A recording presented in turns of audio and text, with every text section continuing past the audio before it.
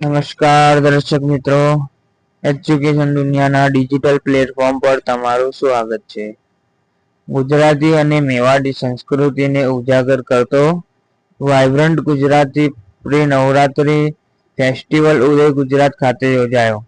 ગુજરાત, રાજસ્થાન જેવા રાજ્યોની સાંસ્કૃતિક આદાન પ્રદાન, પ્રવાસન વિકાસન થકી દેશના આર્થિક સશક્તિકરણમાં અગ્રણી ભૂમિકા પંજાબના રાજ્યપાલ ગુલાબચંદ કટારિયા. આ પ્રી નવરાત્રી બંને રાજ્યો વચ્ચેના અતૂટ સંબંધને વધુ મજબૂત બનાવશે.